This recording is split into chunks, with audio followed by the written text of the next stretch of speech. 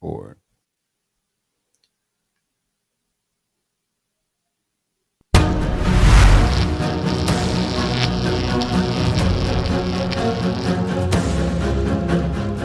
Hey, what's going on, everyone? And welcome back to another great epic episode of Just My Opinion Reviews.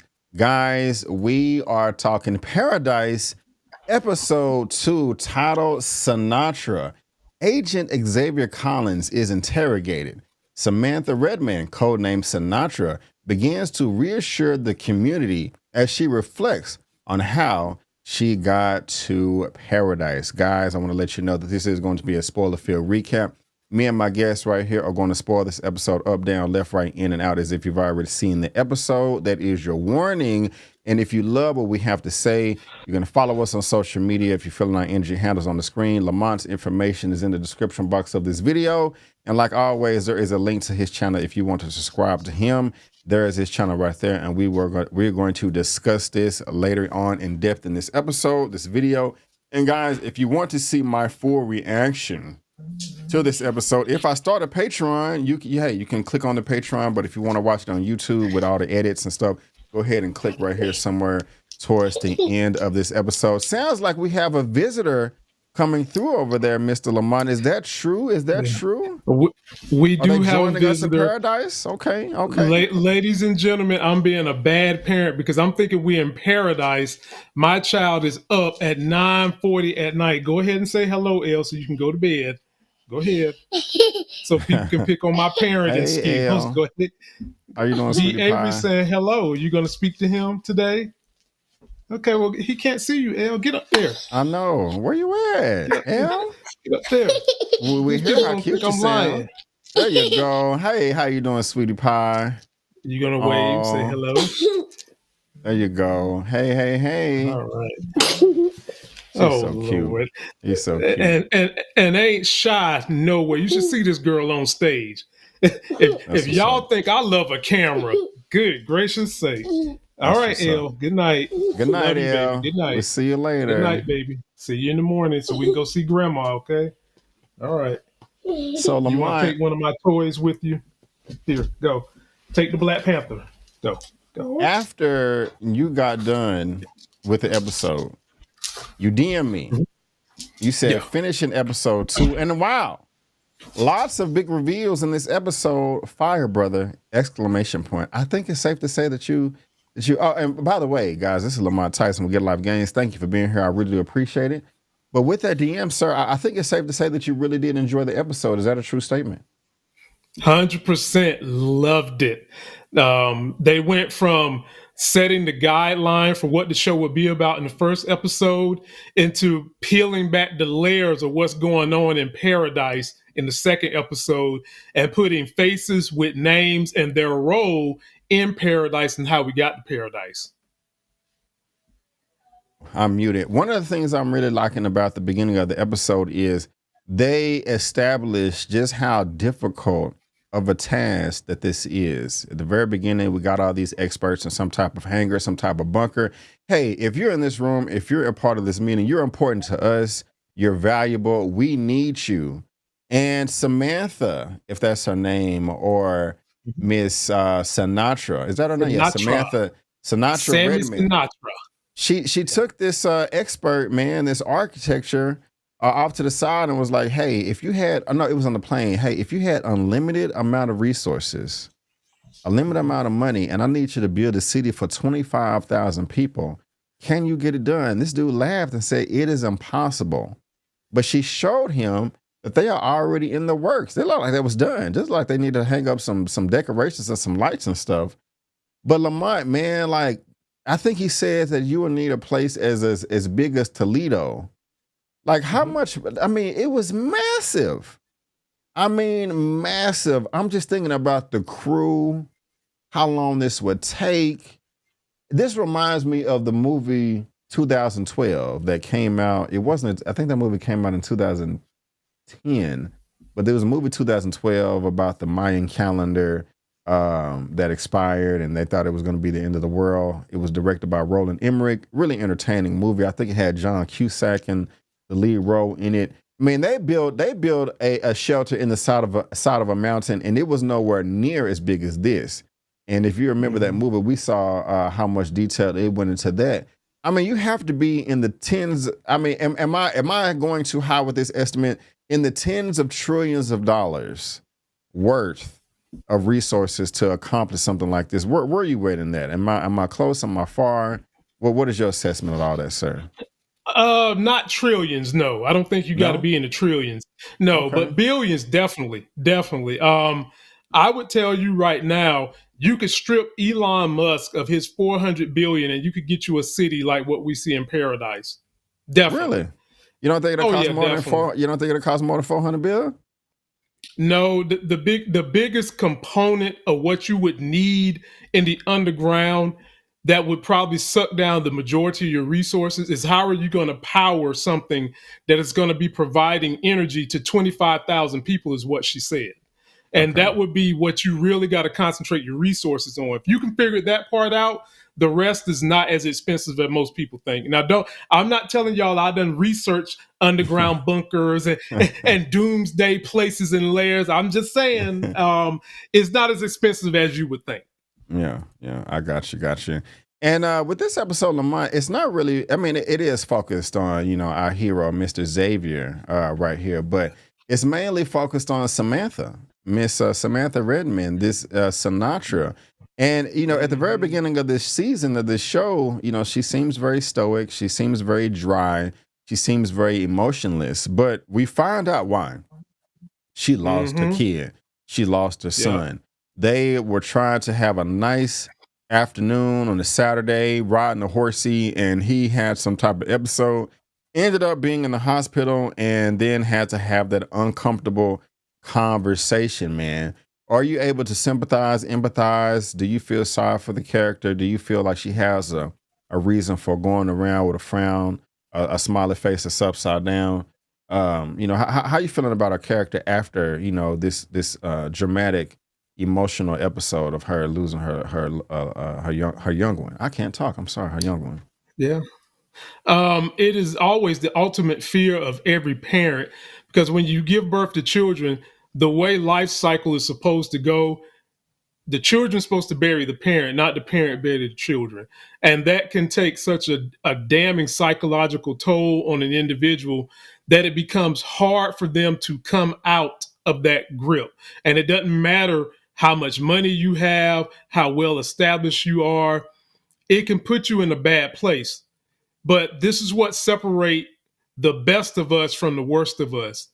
How you deal with your grief. Do you deal with it in a way that helps the legacy of the child, or do you deal with it in a way that harms not only the child's legacy but yours? And right now, it seems like she's dealing with the grief in a way that's bad for most people, as evidenced by Collins saying he's got to take her down. You're on mute. Okay, my fault. Take her down. And I'm so glad you brought that up, man. You said that. Take her down.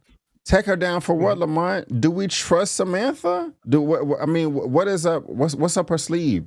Is she a trickster? Is she a conniver? Is she somebody that we got to watch out for? Like I can't put it together myself right now. Can you? I don't understand why Xavier was so upset towards the end of this. Like, oh, we're in this bunker right now. Then the president ends up dead, and then Samantha is at the middle of it. I'm going to take her down very carefully. What is all that about, man? What's all the smoke for? What do you think? Because I have no idea. You're really good with the predictions and stuff, so I want to hear your take on that. It's definitely got to have something to do with his wife and why she's not in there with the family.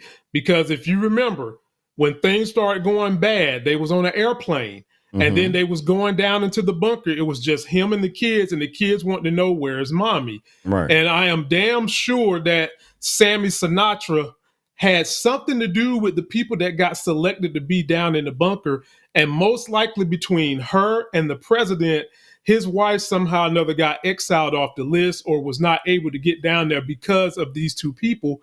And if there's anything we know about people who have absolute power corrupts absolutely. And that's what we're looking at with Samantha. Right. Now we're gonna see, man. I'm very eager to find out. Now, when they was going down into the bunker, we heard the daughter. I can't remember her name. Is it Priscilla? Is the black daughter's name? Correct me if I'm wrong. But she was like, "Where is mom? Is she going to make it?" So it seemed like to me that the mom was on the way, but the world is coming to an end. Maybe the plane crashed. Right. Maybe the pilot didn't land properly to pick her up. A number of things could have happened. So it could be that she just wasn't selected to come down there for some random reason, or that she was selected but was delayed, and there was some type of accident. And so I can understand why Xavier Collins has a chip on his shoulder, So we're just gonna have to see. But towards the end of the episode, when we got the new president that was sworn in. He didn't seem like he had any power at all. He just seemed like he was just an empty shell, that she was just, fulfilling the role, just to calm the people down. And so there's no riot or things like that. But let me ask you this, Lamont, we're going from 7 to 8 billion people down to 25,000. And actually, no, that's incorrect, because this is just only going on in the United States. Okay, we don't know what's going on in the rest of the world, whether they got a bunker in China, Africa, Egypt, Russia, wherever, South America. We don't know. Nor do we know, B. Avery, nor do we know if those people legitimately have to go in a bunker, because based on this episode, it was only the East Coast of the United States that got swamped by the tsunami, as told to us by the scientists who was telling people about climate change, and everybody wanted to get their ass up and didn't want to hear about it. That's crazy. When that shit is real, people. It's legitimate. Yeah. I mean, guys, look, we're not going to get political over here, but let's just look at this, not choosing no side now. These wildfires that's been going on in LA, okay, I'm not down with the conspiracies as far as, hey, people are purposely setting things on fire. I mean, that could happen, but guys, let's link it together. Climate change, possibly, but I'm only bringing it up because it applies to the episode, but they lied to the people down there, the 25,000 people. Like, hey, we're in this auditorium, not a town hall. The president passed away from natural causes. Now, we know in the real world that we live in today, there's tons of secrets. As a matter of fact, the current president, he in some now I'm not saying whether we agree or disagree with the current president, but he did just put through some executive orders. That was to declassify MLK, RFK, JFK, and some other stuff. Now, well, I don't want to go there, but in this, we have secrets today. In this bunker, do you agree with the decision that they still lied to the people, or do you think, no, let's try something new? Let's be 100% transparent. Let's tell the truth. No lies. The president was murdered and we're trying to figure it out. Don't panic or whatever. Do you think they should have told the truth, or you think they should have told a lie? Because of the experiences I've had working with government, working with business, and being a parent and being in relationships with groups of people, in a perfect world, you would like to say the truth should always remain the truth. Unfortunately, it's not the case. Right. And governments lie because they fear uprisings by the people. They fear hysteria by the people. I mean, for crying out loud, we got men who are in the military that are told they cannot go home and tell their wives things that they see because it's government secrets. Yeah. When, if you really want to get moralistic about it, your covenant of marriage to your wife supersedes any other covenant that you have to anybody else. So technically, you should tell your wife. But if you go home and tell these military secrets, they'll throw your ass in jail. Right. And so I would like to say we should always get the truth. But there are instances in the government and in other situations where we've seen where they feel like what's best for you is what you don't know. But for the sake of this story, I think the only reason why Sammy Sinatra is lying is because she's been lying. I feel like her and the president bump heads, which is one reason why he's dead right now. Mm-hmm. And I feel like the president was about to reveal something big, and she had to knock him off before he came out with whatever it is. Because like you said, B. Avery, she just supplanted some Johnny come lately president that's just going to do her bidding. The person that really has the power is her. And just like our situation here in America, the person that really has the power is not Trump, it's the people that bought Trump. And we're going to see this play out just like this on this show. Right on, man. I like that. I vote, to answer my own question, I vote 100% transparency.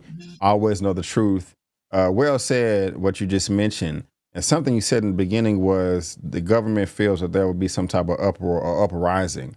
Well, don't give them a reason to uproar or uprising. The only reason they would do that, in my opinion, my humble opinion, is if they're upset about something. Well, don't give them a reason to be upset. If they know the truth from the very beginning, then there's no secrets. There's nothing to get upset about later on. Right. And also, it just comes with education, man.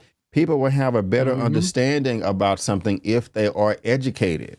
But if you're lying to them and all they know is 2 + 2 is 4 and that's it, then they're always going to feel like they're taken advantage of or manipulated, and it's just going to cause confusion and chaos. But you guys let us know what y'all think down in that comment section, whether you agree or disagree as far as full transparency or no, we still need to keep secrets. Lamont, let me ask you this, man. How you feel about these bracelets, man, on everybody's wrist? You can't use it to... you got to use it to go into your locker, to buy food, to get gas. Kind of reminds me of some Mark of the Beast type stuff. I would vote 100% no to that right now in the real world, especially if it has to be a chip implanted in you. But this is just a bracelet. But it may be necessary, Lamont, since they living in this underground bunker. How do you feel about it? You pro bracelet or con bracelet? I've already lived through this, B. Avery, to be honest with you. We took my daughter on a Disney cruise this past summer.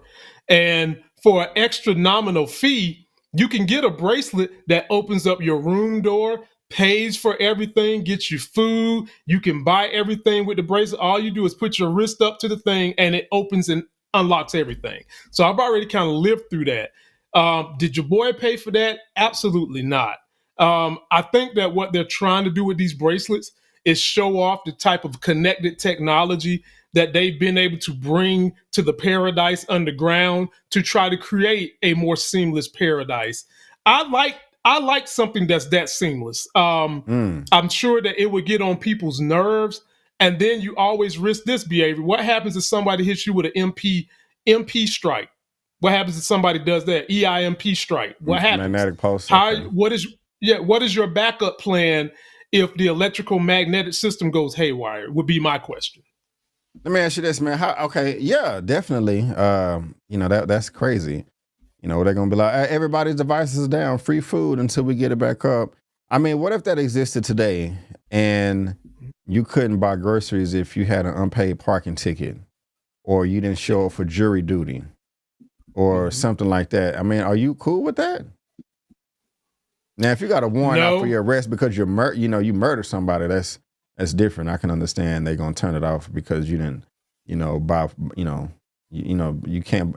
I understand why they would want to turn it off if you're going around murdering people and you're not caught yet. But I mean, if they disagree with this or that, man, you can't buy food nowhere, man. That just seemed like it's a bit much to me, overreach.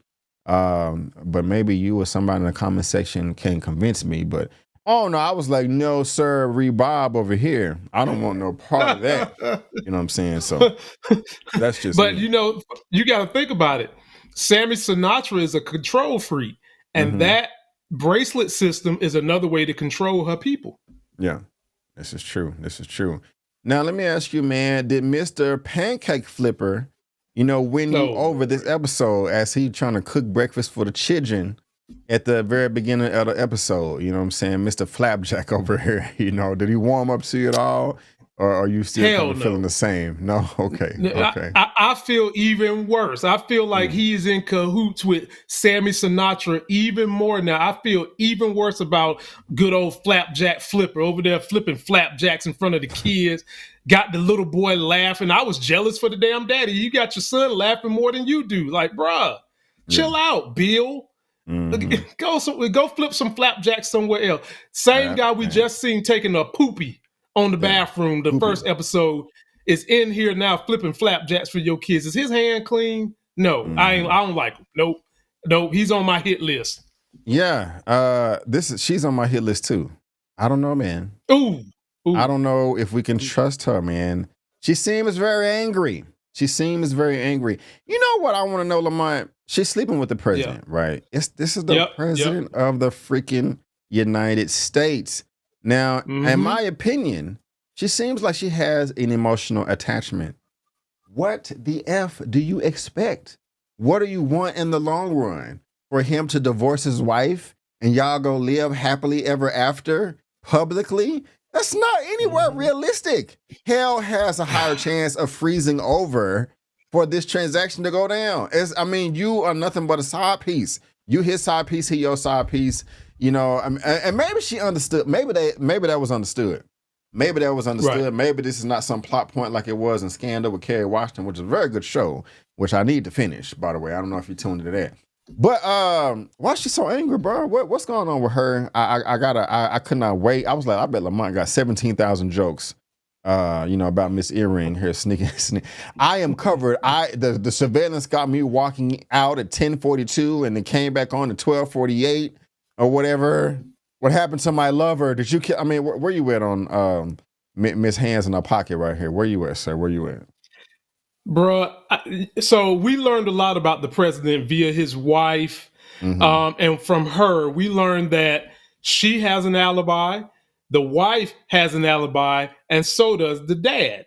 But the other thing we learned about Miss Pantsuits over here is that she is emotionally attached to the president. And I bet you they doing some of this and we learned that the president was racist from his wife talking to Collins. We learned that too.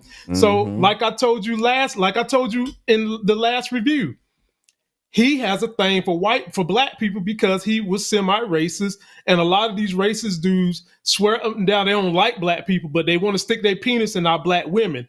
Yeah. And then they ultimately want to be dominated by black women. So I bet she got a damn paddle that she be slapping him on the ass. Say I'm a slave. Say you the slave. Cock, cock, cock. And because she gave him that level of power over the president, she got emotionally invested in this dude and his little ass penis, probably. But she likes this guy. She probably likes doing the dominatrix thing to him, and whatever other accoutrements he brought to her as president, she enjoyed. Now, there is definitely an understanding because, like the wife said, her and the president have been living separate lives. Yeah. The only time they come together is for appearances. Right. And that would lead you to believe even more about my theory that maybe the wife is in on something because they're keeping her kind of in the background to some degree. And when she does step forward, she's basically telling Collins that dude was super racist before he met you. And the wife obviously knows that he is sleeping with a black woman. And B. Avery, once you go black, it's hard to go back. This is true. And that's what is going on with Coach President over here. Yeah, man. She said a dude was so excited, had his hair plastered on his forehead like he was 6 years old, excited. The black man was on the team, like, yeah, we got the black guy. And all of a sudden, he was average. It's really interesting. It's funny. I'm pretty sure you can relate to. I think we've all can tell when we were younger that we got picked up on somebody's team just because we're black, or somebody was excited that they was friends with a black person. I remember I worked at a safe company. Oh, I want to say 10, 11 years ago. And it was two coworkers. They were cool, man. But I can just tell that they were just excited that they had a black person in their phone book on their phone. You know what I'm trying to say. Interesting. Right, so I kind of smile right there. But Lamont, man, one of the things I'm also really happy with the way that they're handling this episode is with this polygraph test right here, man. You know, they ran through that. I'm happy that it doesn't seem like the plot is going to be revolving around Xavier Collins investigating him, on whether or not he committed the murder or not. You know, of course, it makes sense for them to ask the questions, but they got through that and moved on to the next thing. He did the polygraph, he passed it. And, they're moving on. I'm really, really happy about that. Are you satisfied with the way they handled it, or you wish they would have taken a different approach? I loved it, and I loved the way they introduced the psychotherapist Gabrielle. Yes, the sister right here. Gabrielle got Yeah. introduced, and Mm-hmm. it was interesting to me how she wrote on her hand, trying to, in essence, keep a secret from Sinister Sinatra what she wanted Collins to say, which was say yes, that Mm-hmm. you wish he was dead, which he wanted him dead. He admitted that in the first episode.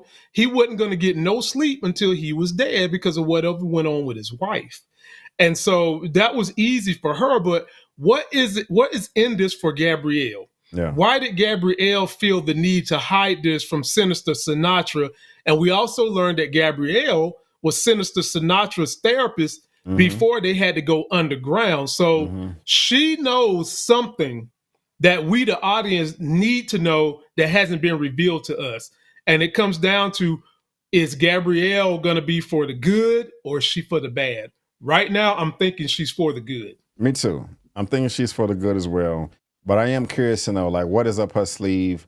You know, I mean, I don't know. I guess the surveillance was limited in there. I mean, like, did they not record her showing her hand like this? You know, revealing the say yes. But I think that's smart of him to listen, and I mean, to listen to her and be honest. You know, Yeah.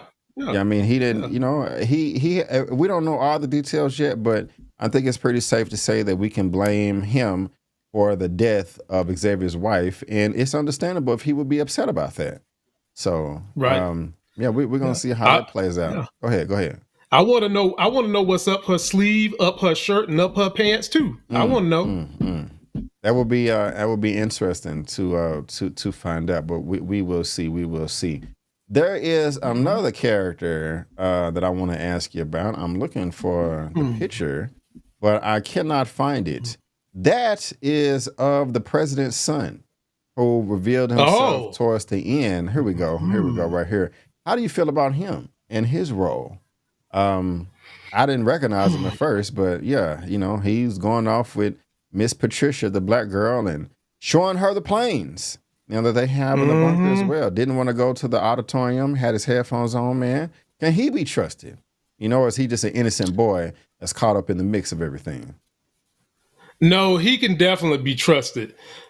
Just the tidbits we got from the conversation he had with Colin's daughter about the top secret stuff that he had going on and taking her down there to see the top secret area.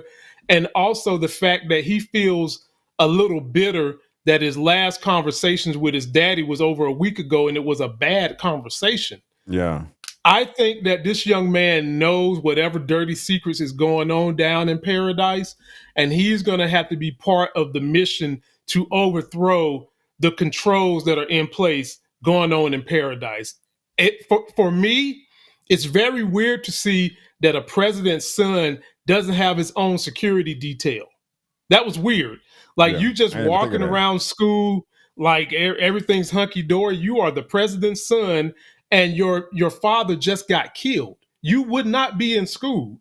You would be somewhere either with your mom in security detail, or you would be with security detail anywhere you go, because usually if someone takes out your family, I mean your father, the whole family is under the attack of a threat. So that was very weird to me. It makes me think that the relationship between him and his mom is probably not that great either. Yeah, and I think he's going to wind up being a hero for the story. I mean, you may be right. I didn't think about any of that as far as him getting involved in being a hero, but you know, the sky's the limit, or there's not much sky. There's a rock. The ground is the limit. The ground is the limit. Not that much limit there. I don't know. We're going to see. I don't know about all that, but at the same time, I had no idea the first episode was going to end the way it did, you know, with them being underground. So, right. You know, we're just going to have to see. Let me ask you this. Going back to Sinatra, Miss Samantha, do you think it was, okay, she's grieving. Oh, well, they kept going back 12 years, 11 years. You know, she's not remorse, but she's grieving because her son died. But she asked the therapist, like, hey, they said time would you know, healing will come in time, but it's actually making it worse because it's pulling me further away, you know, from my child and all the memories and stuff. I will pay you whatever you want. And she's worth, what, 34, you know, first he said 14 point something billion. Now she's worth 34 billion, if I heard that correctly. So she has the money, she has the resources. Is it selfish for her to be like, cancel all of your other clients? I'll pay you whatever you need to make it up for it. You just need to help me and only me. How you feel about that? Is that selfish or is it justified? This is the chicken egg situation. Which one came first, chicken or the egg? Because on one hand, it's not selfish for her to put the offer out there. Yeah. You can put the offer out there. It's up to the individual to accept the offer, because it's the individual who's dealing with the other people they are supposed to be serving. And so all she can do is say, hey, I'm going to put this on the table, take it or leave it. And I mean, end of the day, if the therapist takes the deal, then that's on the therapist for being selfish. So I don't blame her for that. If anything, I would blame the therapist for not having a duty to her clients, because she's selling them up the river for money. But at the end of the day, I really kind of want to know what happened to the husband, because as you said, she lied to the husband lied to her when they was at the bar or whatever. But my question to you, B.A., would be this. If you saw a halfway not so cute woman run in the bar and tell you she's about to be a billionaire, would you F her brains out and try to get cozy up with those billions in her? Or if you know you're not really attracted to her, you just let her go on her P's and Q's? I mean, if she throwing it at me, hey, I'm going to knock it down. I'm just being honest with you. $34 billion? You can judge me all you want. That's dumb. Nah, I mean, the only way I wouldn't do it is if I'm in a relationship. I mean, right. And I would tell my wife, I would be like, hey, I was at the bar and this, and they didn't even go as far as saying, hey, she offered 34 billion to sleep. We projecting a ton here, but I would bring it up like, hey, I mean, no, that's not even what happened. But if we just want to have fun and play hypotheticals, if somebody offered me money to sleep with them, if I was in a relationship, I would say no, but I would definitely tell my spouse. On the flip side, man, if my wife came to me and was like, hey, this man offered me money, he worth 34 billion to sleep with him. I don't know, Lamont. I just don't know. Hopefully I'm just never in that situation. Hopefully I'm not. Right. But yeah, I'll just leave it at that. You know what I'm saying? Well, old boy in the bar said, am I about to be a situation? You're going to be a situation that's going to be a change to my life or something like that. He said, I'm paraphrasing here. But in essence, he is saying, am I about to be involved with you and your $34 billion? Yeah. And obviously he was, to the point where they made two incredible kids. Yeah. And she said that for a reason too. Let me ask you this though, because they wasn't being truthful with each other. We found out at the end of this episode that Sinatra's daughter is still alive. Am I correct? Or was that a flashback? Yeah. Okay. No, daughter's alive and well. So why did she tell Xavier Collins that both her children died when they were talking after the town hall? She didn't say her son. She said, I lost both my children. I was like, damn. Did she? Daughter died. I'm confident she did. When they was talking, when she was talking to Sterling at the end of the town hall, I think she expressed to him that I lost both my children. I could be wrong. Maybe I heard it wrong. Because I thought she said, I thought she mentioned, I know what it's like to lose a child. I thought that's what she said. But if she said both, I misheard it. I could have sworn that she said, I know what it's like to lose a child. And then in the midst of that conversation, that's when they went back and she was at his bedside and the child was asking about going to heaven, if you can recall. Yeah. I definitely remember that part. That was almost choked up right there. Like, Jesus Christ. He's like, am I going to heaven? You can tell me. Like, damn. Like, bring out the tissues, man. Like, how do you have that conversation? I'm not a parent, bro. You are. So I just, Jesus Christ. You know what? In situations like that, B, you just go by what the Bible says. And the Bible says you are without sin until you're an adult. That's all you can do. Yeah, that's crazy. Well said. Lamont, man, what else we got to talk about, man? What did I leave out? What you want to get off your chest? What important plot points? What are your predictions? What are your final thoughts? Let's have it, sir. Wow. Sinatra's evil. And okay. I mean, I wouldn't get near her with Dave Chappelle's dick. She's evil. Okay. Then Collins is on the warpath because he has sniffed out that Sammy Sinatra is evil. I want to know what exactly is going to be the role of the president's wife. What is going to be the role of the son fraternizing with Collins' daughter? I can only think that that's going to be for the good. And one thing we didn't talk about, B. Avery, is how Collins burned up the cigarette that had the 6 digits on it that has something to do with the digits that was on the airplane, most likely on the airplane that his wife was supposed to be on, because they showed you 6 digits that was on that Air Force One when the president's son opened up the gates and showed it to Collins' daughter. Forgot all about that. So I'm that. curious. Yeah. I'm curious to know what is that connection going on with those 6 digits that he just burned up. And I'm also interested in figuring out what exactly happened to Sammy Evil Sinatra's husband. Yes. Where is he? Yeah, where's the husband? He at? Where's the husband? These are all questions that we need answers to. And that number 812-092, 812-092, that is probably the plane. But who wrote it? But because it was one cigarette that was left in the cigarette box that had the number on there, but he found the cigarette box on the crime scene of the dead president. Am I correct? Right. So who put the cigarette, who wrote it on there, and who put the cigarette in there? He burnt it up, didn't get no fingerprints or nothing, did he? Nope. Oh, man. But I guarantee you he memorized that number. He did. He probably knew it wasn't no fingerprints on no way gloves. Hopefully they were smart enough to, wipe their hands off or whatever. But that's interesting. I forgot all about that. But guys, these are questions that we need answers to. Okay. Now this is not a spoiler because by the time this review comes out, episode 3 would have been released as well. It's titled The Architect of Social Well-Being. Isolated, Xavier seeks answers on his own and consciously turns to Dr. Gabrielle Tarabi. That's your girl right there. Meanwhile, Billy and Jane feel the pressure from Robinson's investigation. So Robinson is Samantha, but who is Billy and Jane? Billy is the white guy, right? Yeah, Billy is the other agent. The Mr. Flapjack. Yeah, this guy right here. Yeah, that's Billy. That's Billy, Mr. Flapjack himself. And Pancake flipper. And this is Jane, right? Yeah, that's Jane. Okay, cool. But the other thing about the coming episode, B. Avery, on the cover of the trailer, we got my boy from a different world, Glenn Turman, legendary actor from way back in the day. Used to date Aretha Franklin. Is going to be in this episode, and it's about to get turned up.